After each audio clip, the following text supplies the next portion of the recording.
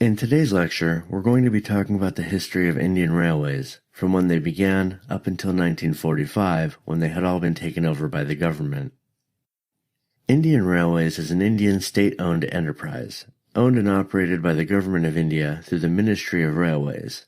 It is one of the world's largest railway networks, comprising 115,000 kilometers of track, over a route of 65,000 kilometers, and there are 7,500 stations. It transports over 25 million passengers daily, which is over 9 billion on an annual basis. Indian Railways is the world's 9th largest commercial or utility employer by number of employees, with over 1.4 million employees. The history of rail transport in India began in the mid-19th century.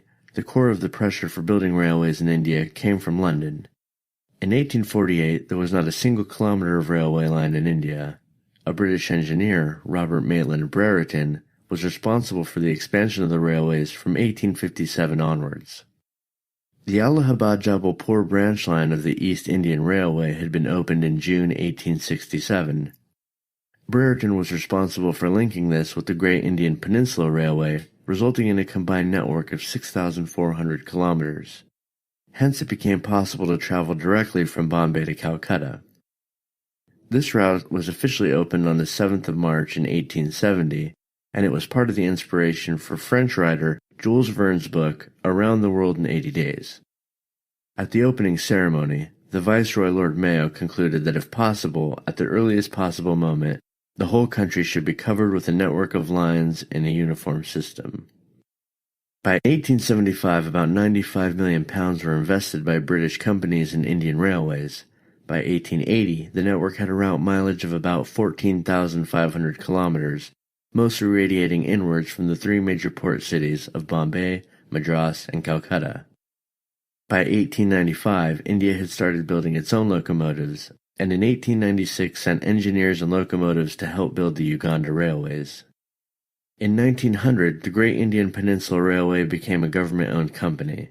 The network spread to the modern-day states of Assam, Rajasthan, and Andhra Pradesh, and soon various autonomous kingdoms began to have their own rail systems. In 1905, an early railway board was constituted, but the powers were formally vested under Lord Curzon, the then Viceroy of India.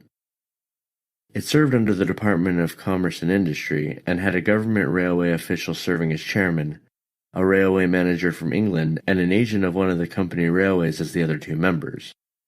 For the first time in its history, the railways began to make a profit. In 1907, almost all the rail companies were taken over by the government. The following year, the first electric locomotive made its appearance, and with the arrival of World War I, the railways were used to meet the needs of the British outside India, but with the end of the war, the railways were in a state of disrepair and collapse.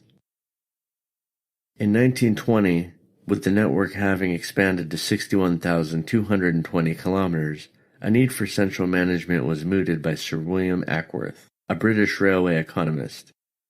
Based on the East India Railway Committee chaired by Ackworth, the government took over the management of the railways and detached the finances of the railways from the other government revenues. The period between 1920 and 1929 was a period of economic boom. There were 66,000 kilometers of railway lines serving the country. The railways represented a capital value of some 687 million sterling, and they carried over 620 million passengers and approximately 90 million tons of goods each year. Following the Great Depression, the railways suffered economically for the next 8 years, and the Second World War severely crippled the railways. Starting in 1939, about 40% of the rolling stock, including locomotives and coaches, was taken to the Middle East. The railway workshops were converted to ammunition workshops, and many railway tracks were dismantled to help the Allies in the war. By 1946, all rail systems had been taken over by the government.